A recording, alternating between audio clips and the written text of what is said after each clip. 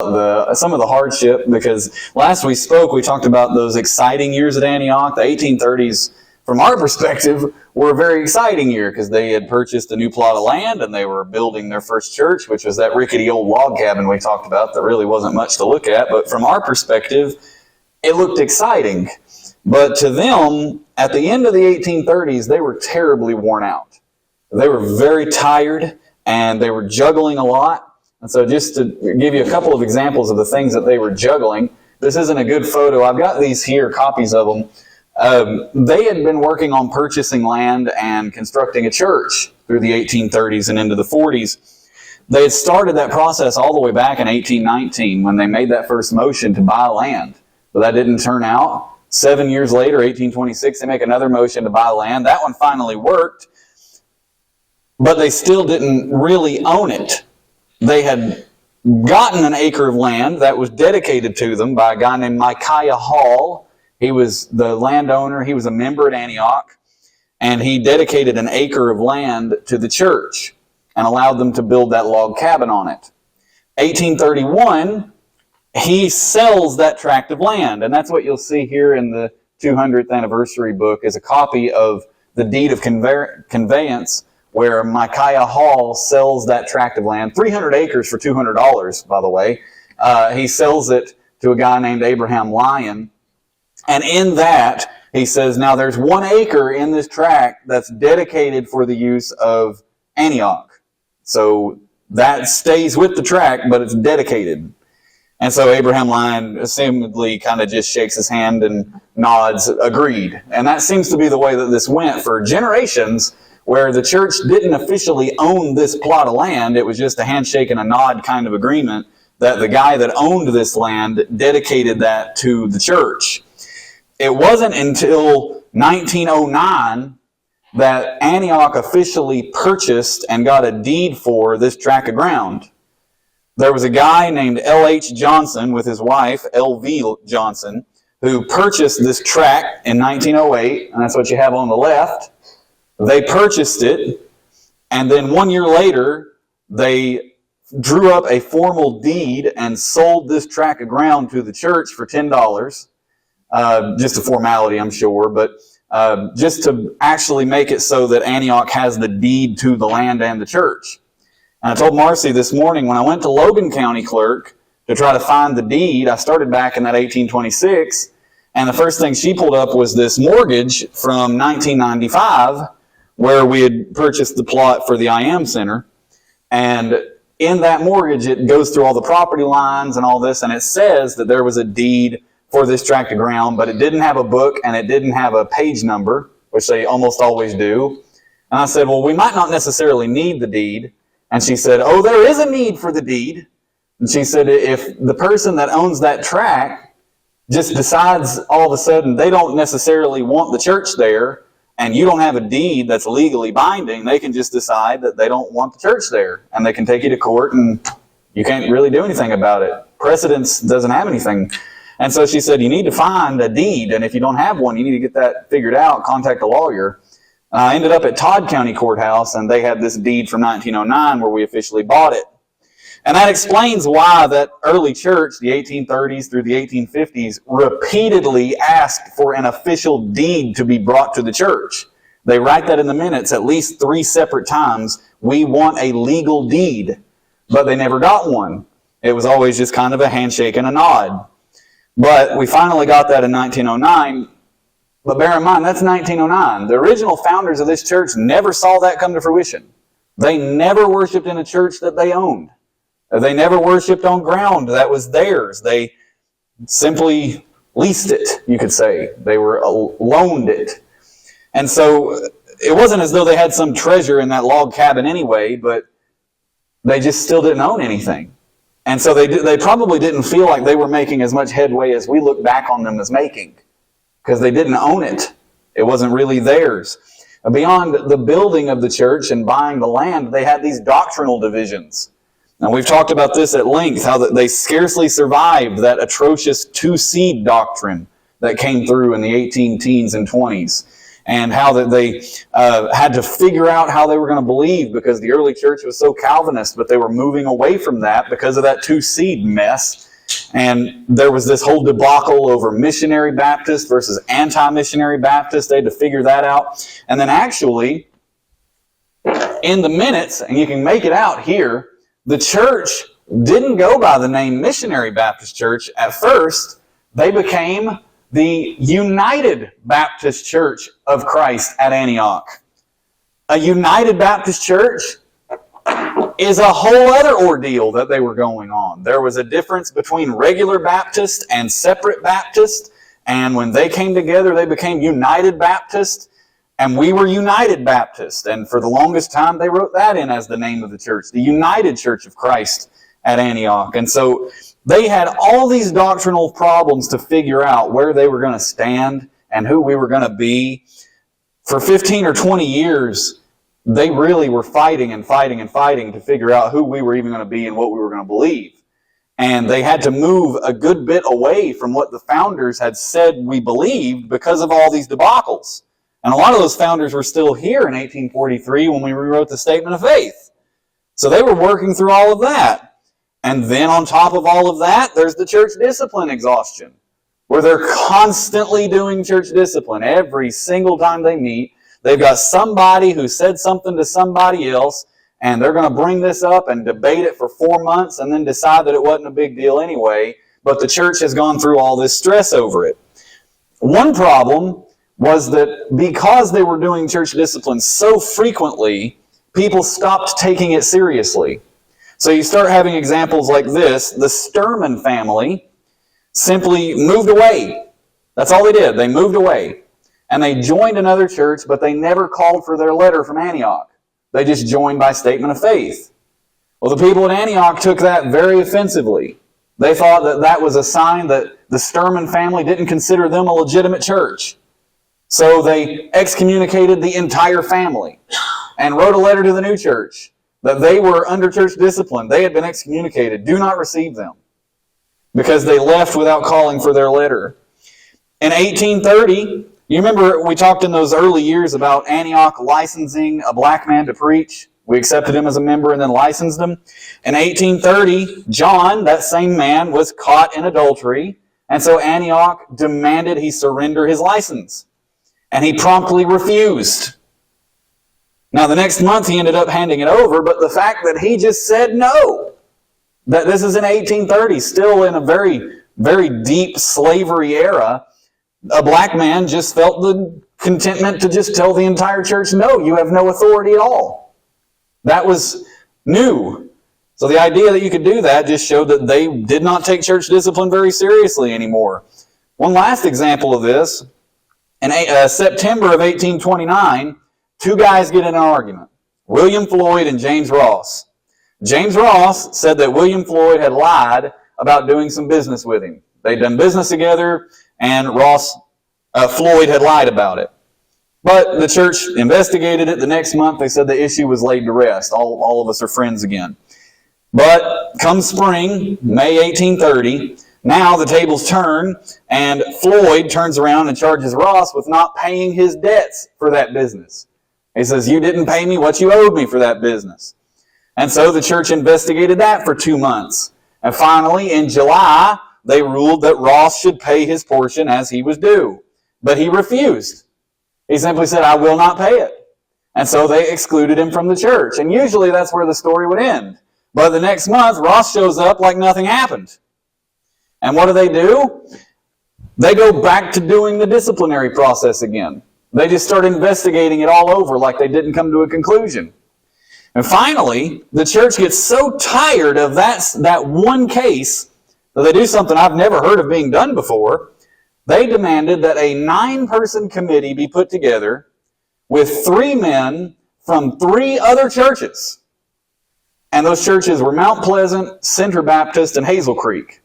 And that 3 men from each of those 3 churches come together on a 9-man committee and investigate this whole thing and bring a report to the church at Antioch on what they needed to do. And so those 9 men get together and they report that in the case of William Floyd against James Ross, William Floyd has no just claim against Brother James Ross, according to what has become come before us. You see how exhausting this would be if this was business meeting after business meeting after business meeting, calling for other churches to come in because two of our members are in an argument over who paid who or what business needed to be done. People are getting their licenses revoked and they're refusing to do it. Families just moving away and we're having to send letters to chase after them. This was so exhausting. The whole church got very tired of it.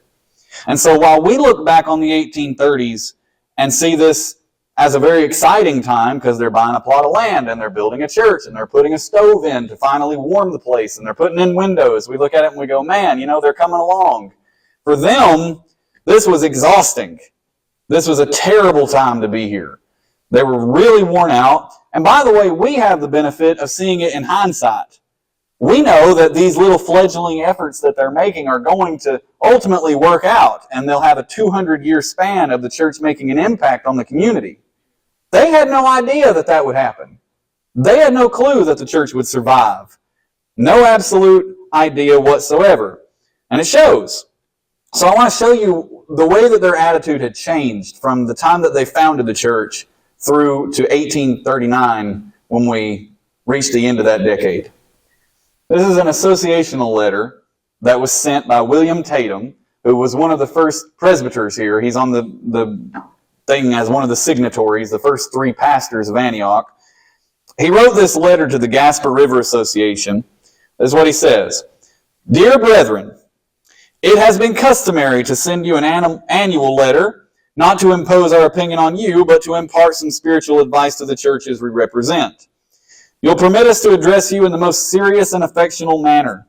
Let us recollect the care of Providence in casting our lots in a land of light and liberty. It has exceeded not only our deserts, but our sanguine expressions. Last year, we were involved in a bloody war. That was the War of 1812. It had only recently ended. Our rulers proclaimed a fast, and in our distress we cried to the Lord, and the Most High inspired our armies with martial courage over our enemies and set us peace. Now this is the Lord's doings, and when we think of our unworthiness, it is marvelous in our eyes. God grant that these things may have their due weight in our nation, that we may humble ourselves before our God. Brethren, while we adore God and His providence, let us thankfully remember His grace. Once we were dead in our sins, now we are made alive from the dead and risen with Christ. We are no longer strangers and foreigners, but fellow citizens with the saints in the household of God. Now, brethren, as we wish well to the inheritance, or to the interest of Zion, we beseech you in the bowels of mercy that you fill your seats in a regular manner in the churches to which you belong. Do not suffer every light and trifling matter to prevent you from being found in the house of God.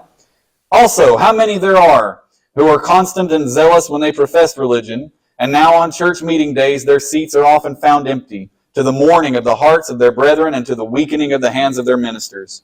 We would exhort such to remember from whence they have fallen, repent, and do their first works. How does our Lord hate lukewarmness? And we should hate it too. He tells us the way of the Lord is strength to the upright. They that run therein shall not be weary, and he that walks therein shall not faint. Counterfeit zeal is only against some particular sin. Thus some will seem very zealous against profaneness, and yet themselves notorious for covetousness. Let us follow the Lord as dear children and walk in love. In your church connections, avoid whatever has the least tendency to gender strife. Bear you one another's burdens, and so fulfill the law of Christ. Be every one of you clothed in humility. Then all bitterness, wrath, and clamor will be put away. Now, dear brethren, that you may be able to honor God in your lives, triumph in death, and be forever happy in Him, is our prayer for Jesus' sake. Amen. This is a very uplifting and aspiring letter. He's talking about the things that they've come through. He's encouraging people who aren't in church to get back in church for good reasons. He's telling them not to allow things to gender strife in them, but to bear one another's burdens. He's praying that they'll be happy. This is a very upward toned letter. That's 1815. Very hopeful, very ambitious, a clear belief in God's providential and guiding hand, aspiration for better days, confidence in the value of the lessons learned. Very uplifting. But in 1839, the letter is much shorter, and it's a whole lot different of a tone. In 1839, here's what we wrote. Close to the end of the decade, this is our associational letter to Gasper River. Todd County, Kentucky, the Church of Christ at Antioch Meeting House. The members and messengers composing the Gasper River Association to be held at Antioch Meeting House on the Saturday preceding the fourth Lord's Day in August. So begins the letter. Dear brethren, we can inform you we are in a cold state. First words. We can inform you we are in a cold state amongst ourselves, and can with propriety cry out with one of old, Oh, that it were with us as in the past, or in the days when the candle of the Lord shone upon us. Although our condition be such, we're at peace amongst ourselves, for which we desire to thank God. Brethren, pray for us that we may enjoy better days than we do at present. We've sent this, our communication, by our brethren, John Christian, John Driscoll, B. Gorel, to sit with you in council. May the Lord direct you to all, in all, to the glory of God and happiness of His people, the sincere desire of your brethren. They just open their letter to the whole association with, brothers, we are in a cold state. And they say, we wish we could go back to the way that it was, when God's candle shined on us. I mean, this is oftentimes we're embarrassed to admit that this is the state of our church. Even when it's, interpersonal. When we're talking to one other person and they say, well, how's Antioch doing? And Antioch's not doing that well, but you still say, we're doing pretty good. You don't want to admit that things aren't well. But this is the letter they're sending to every church in the association. Brethren, we're in a cold state. We're not doing well.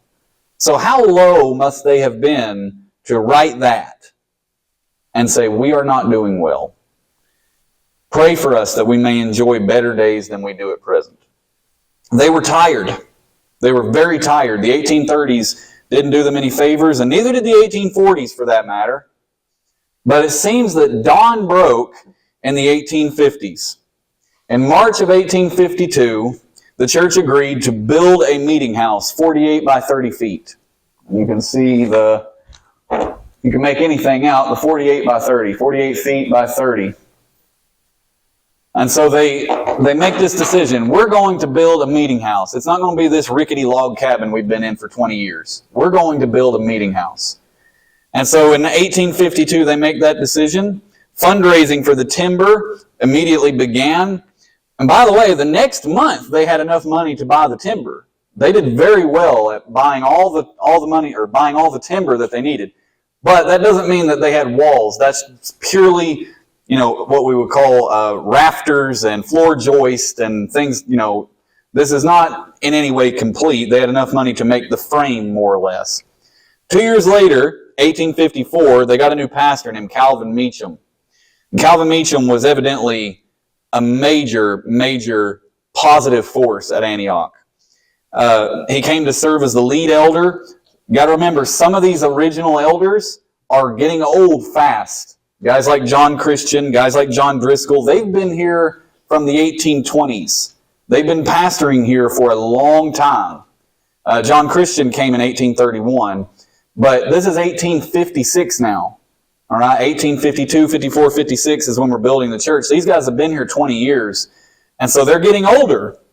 And Calvin Meacham comes in, and he does really, really well. 2 years into his ministry, the church votes to make him the first pastor they've ever paid. And so they decide to pay him in 1856. First time that's ever happened. Later that year, August of 1856, the church started the process of constructing the church. They altered the dimensions. It wasn't going to be 48 by 30 anymore. It's going to be 35 by 25. It's considerably smaller now.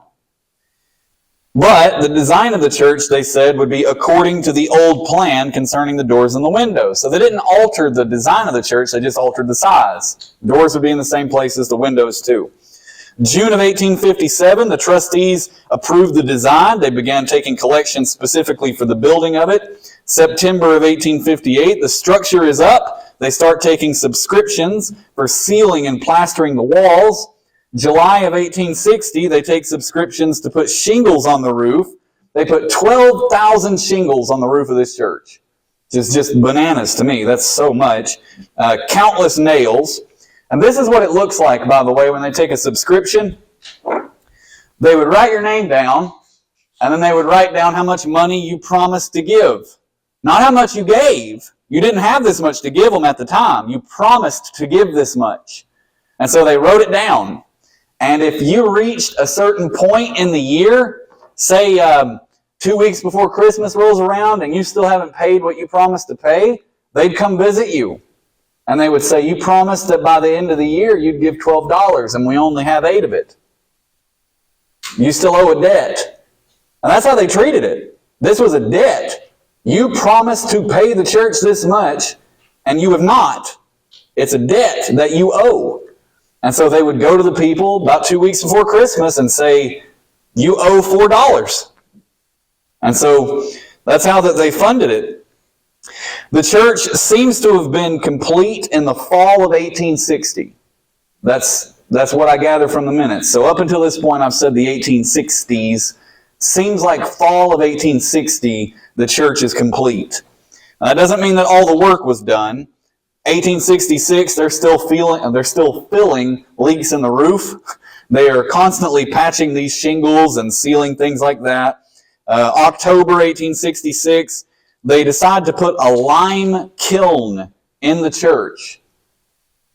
Now, a kiln, to me, is a specific thing. That's different from a stove or a furnace or a fireplace.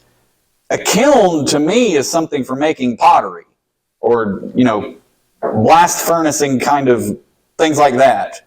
When I think kiln, I'm thinking this is a tool, not a warming thing. So I don't know why they did that.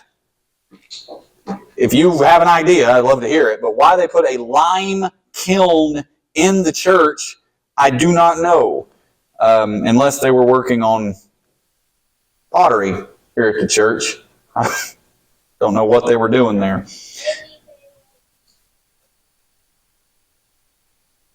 Yeah, it's just the best they could do, I reckon. I don't know. Yeah. But they still continue trying to make the church a little better. 1869, they start taking up collections and inviting labor to put furniture in the church. So things, pews, chairs, things like that. They're finally putting that in 9 years into the church. So they had a lot of work to do.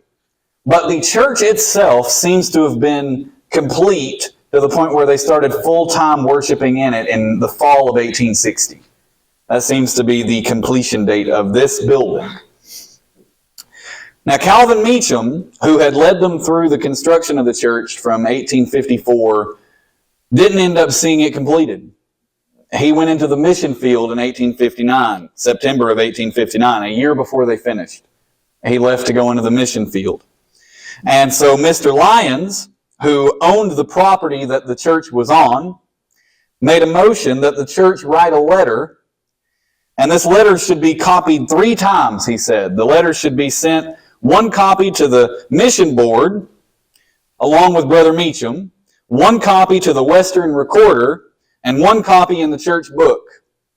The Western Recorder, some of you probably know what that is, but it's not all that common anymore. It was the Kentucky State Baptist newspaper. Yeah, so they publish it every week. Great, as like 7 pages of this, like 5, 6, 7 columns wide, 7 pages long, like 6-point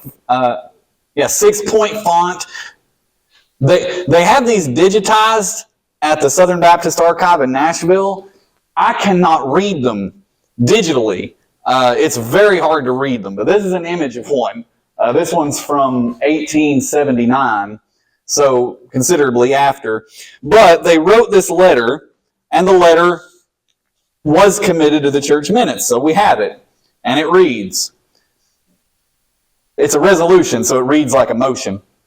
Whereas our pastor, C. Meacham, has tendered his resignation, which took effect at our last meeting, resolved, therefore, that we tender our beloved brother our most breast-felt and sincere thanks for the able and most faithful manner in which he has at all times and under all circumstances untiringly ministered to our spiritual wants, and resolved that in his departure from us to the charge of a most arduous field of labor, we offer him our sympathies and prayers for the success of his undertakings, and resolved that with unfeigned pleasure we recommend him to the Little River Association and to the world, and as a man of unflinching integrity, a most pious and zealous minister, and to our brethren and sisters everywhere as a brother, whom it will do them good to know. Resolved that we request our desk to spread these resolutions on the church book, and also that we furnish Brother Meacham a copy and forward a copy to the Western Recorder for publication, and request the Tennessee Baptist to copy this the 9th day of October, 1859.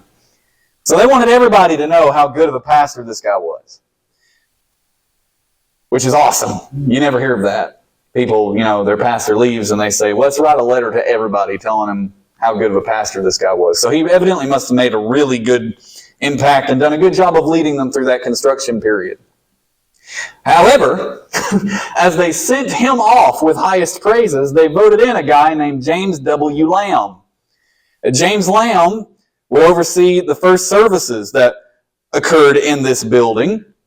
He was one of the first 2 students to receive a scholarship to go to Bethel College. This is a picture of Bethel College. This is 2 of the buildings that housed their courses, and the building up there is the presidential home. None of this exists anymore, but it was in Russellville. Old Baptist college owned by the Southern Baptist Convention back then. He was one of the first 2 students to get a scholarship to go there. He had been licensed at Liberty Baptist in Auburn, which was then pastored by a name that you'll remember, Philip Warden, who was one of the founding presbyters here at Antioch. So he had a connection there. He had been ordained under the hands of several men, one of whom was Reuben Ross, who was the associational leader that refused Calvinism to this area after that 2-seed fiasco. So he has a lot going for him. He's been to the local college. He knows the local pastors. He's been ordained by the local head guy over everything. And so he comes here probably very highly recommended. He was also he was the founding pastor at Dripping Springs over in Olmsted. He was the guy that planted that church.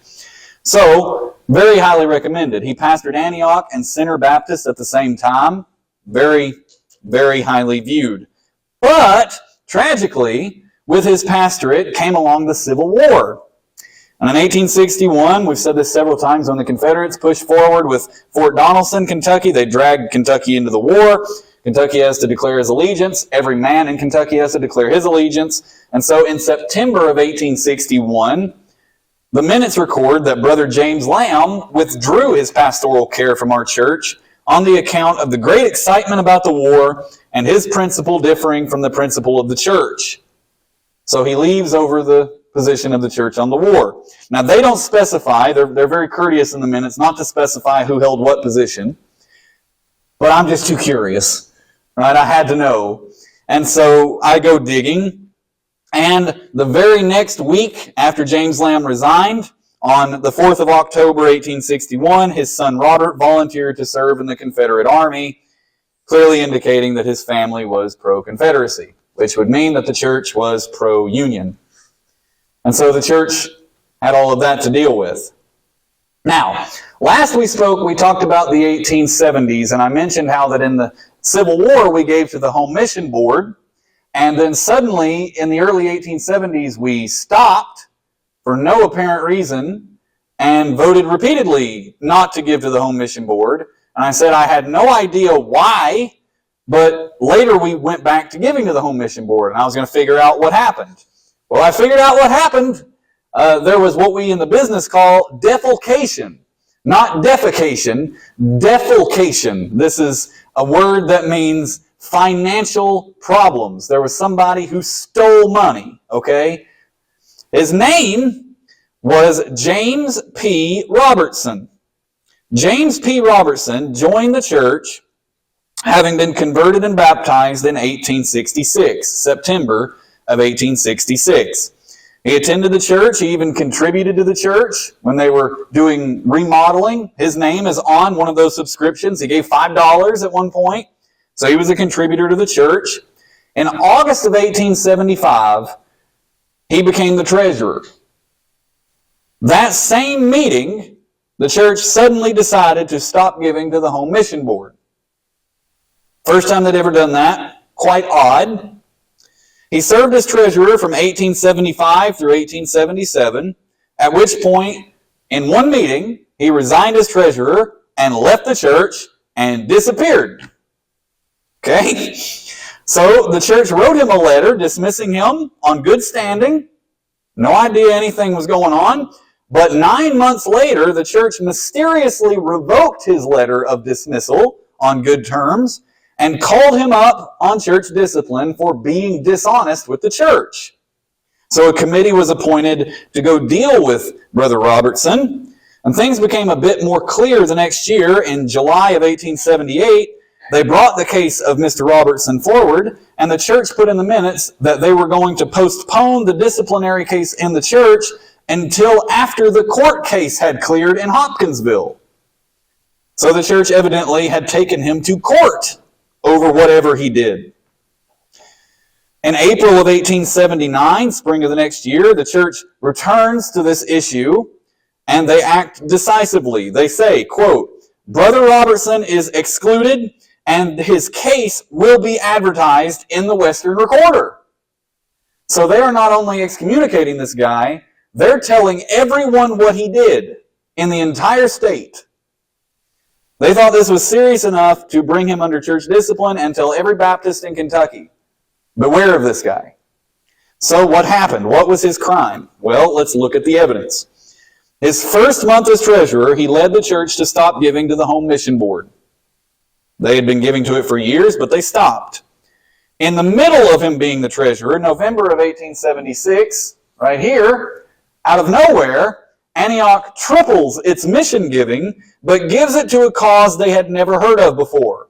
In fact, it didn't even have a name. They just dedicated a tripled amount to, quote-unquote, mission business. No real point of which it's being sent to. It's just going towards missions. Okay? That's a very large amount that they were giving for their time. No clear destination.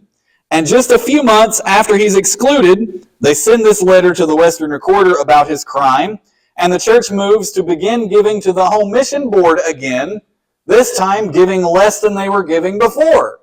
So they don't have as much money now. Something has gone wrong. The church charged him with dishonesty and then charged him with a crime in the court at Hopkinsville. So when we put all this together, it seems to me this guy committed defalcation. That is, he became the treasurer, stopped giving to the place where we had always been giving, said he had this new place we should be giving to. We tripled the amount we were giving under his leadership. Suddenly he resigns and mysteriously disappears, and then the next we hear of him, he's in court in Hopkinsville, and we're telling every Baptist in the state have nothing to do with this guy. So it seems to me that he was misusing or siphoning money out of the church and then tried to run away with it. And the church caught him a few months later and prosecuted him for it. But would you believe that that was not even the worst crime to occur in that decade in this church? Worse than that is in this decade, there was a murder in our church. In our records in that period of time, there's probably a reason they didn't notice that Brother Robertson was stealing money from the church, because there was a major fiasco going on in 1876 and 7 when he was stealing the money. So he's over here, and we've got our eyes on the bauble, right? There's something much more important going on while he's over here siphoning money out of the church treasury. What's going on? Well, that same meeting when we voted to triple our missionary giving in November of 1876, the church received a charge against a man named William Coursey from a man named John Doyle, who charged him with using profane language. We'll come back to this slide in a second. August 1873, a guy named William Coursey joins the church by experience. He had children who went here. He was an older man, 65 years old, made a profession of faith, got baptized, joined the church. A couple of years pass, and in 1876, November of 1876, he's charged by John Doyle with using profane language. Okay? Now, that was the match that lit the blaze. John Doyle evidently did not like the Coursey family. He had a big grudge with them.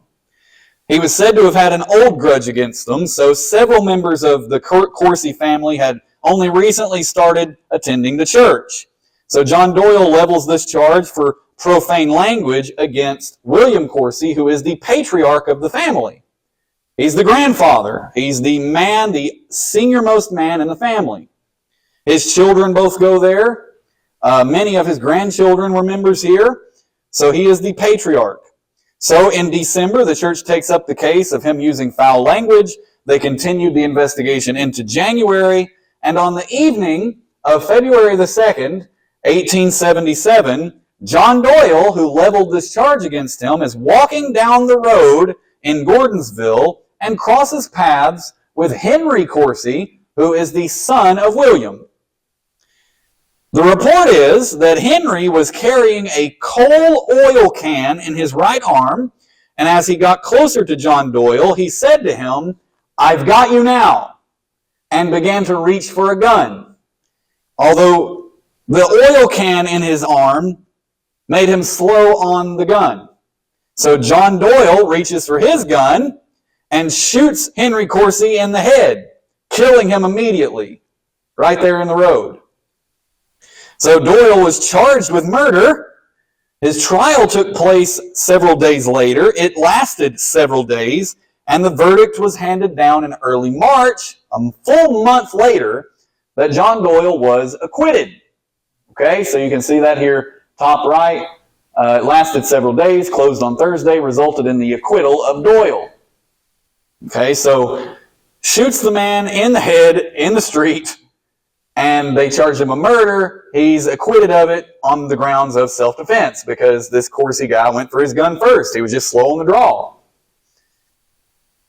Well, that's usually where we'd end the story, right? He's acquitted. No, not at Antioch, because John Doyle has to go back to church Sunday, and Henry's dad goes to church there, and his brothers and sisters go to church there, and his children go to church there. Henry, who he just killed, his children go to church here. All right? So, before the trial was even concluded, when Antioch comes back in late February of 1877, they drop the charges on William Coursey. They say, we're not going to worry about this whole foul language thing. We'll let that slide, given that we have an ongoing murder investigation here in the church. So we're going to let this whole foul language thing go. In March, after the case was concluded, the church made the decision to allow the Coursey family to use the meeting house for Henry's funeral. All right? Now you might think, why would that be something worth debating? It's not that easy of a decision to make when you think about it. Henry was not a member here. His entire family was, but he was not. And John Doyle is a member here. And Henry evidently tried to murder him. So if you're John Doyle, you may not want the guy who tried to kill you having this funeral where everybody says nice things about him in your church. You probably wouldn't want that going on. So from the position of John Doyle, you probably wouldn't want the funeral here. And his family would probably agree. He's not even a member here, and he tried to kill me in the road. Why would we have his funeral here? But on the other hand, if you're the Courseys, William is a member, and it is his son who has been murdered. Mary and Presley Coursey, this is Presley here, they are his siblings. This is their brother who has been murdered, and they are members here. Again, to make things even worse, Henry had two daughters, Rebecca and Mary. They were both members here. His oldest son, George Washington Coursey, had recently joined the church, having been saved and baptized during a revival back in October. Now it's February, and his father's been murdered by a member of the church, just after laying a charge against his grandfather for using profane language and bringing him under church discipline. So this was his father who had been murdered. So how did the church decide? How did they make this decision on to let them do the funeral? Well, they said, we will move service from 11 o'clock to 2 o'clock, and we'll let you have the funeral in the morning, and then we'll meet for church at 2 o'clock here at Antioch. However, Antioch's pastor will not perform the funeral. You must get your own pastor. And so they had a guy named Brother Brockman come in and do the funeral. Even further than that, they said, the membership of Antioch is not expected to attend. Only those people who voluntarily want to come as friends of the family should come. The only people at the church who were asked to attend were 3 men of the church who were come to represent the church, just out of respect. So the rest of the church was not expected to come. They put that down. They also postponed communion so that the family would recognize that they were mourning this lost loved one of theirs. Good effort, right? Trying to find a middle road. Good effort. But that was not good enough for the Corsi family. In May, an unnamed man and woman of the Corsi family called for the church to excommunicate John Doyle for murder, and the church decided to wait a month and deal with it in June. Hopefully things will calm down and cooler heads will prevail. Nothing going. In June, they come back, June of 1877, and Presley stands up in the business meeting and he charges John Doyle with the murder of his brother on the public use highway. He makes a motion that the church excommunicate him for murder. Here's the confusing part. The church voted against it. They refused to excommunicate John Doyle for murder. I don't know how we ever had that vote. Can you imagine voting on that? I don't know how they voted on that without just people just shooting each other. But the next month, Henry's daughter Rebecca left the church. In December, Presley would leave the church. But the father, William, would stay. He stayed here for 2 more years until in April of 1879, he's charged with profane language, and in May, he's excommunicated for using profane language, which is where this whole thing started in the first place. So evidently, he had a potty mouth and refused to stop, even though it was this that ultimately led to the death of his son Henry. After he's excommunicated, he lives 2 more years and then dies at the age of 73. So all of this because he wouldn't stop using profane language. He watches as one of his sons gets killed in the road, and then his entire family leaves the church, except him, and then he's excommunicated for profane language anyway. What a man. That is just the wildest story. So, the 1870s, again, like the 1830s, an exciting time to be here. Lots going on, but in the moment, you probably didn't think it was a very good place to be. We did not want to be here for all of that. So we had a treasurer who ran off with the church treasury. And by the way, if you look at the timelines, notice when all this is going on, who's sneaking out the back with all the money? James P. Robertson. And nobody knows, he had no suspicion whatsoever until 9 months after he was gone that he had taken a dime, because they were a bit busy at the moment dealing with all this.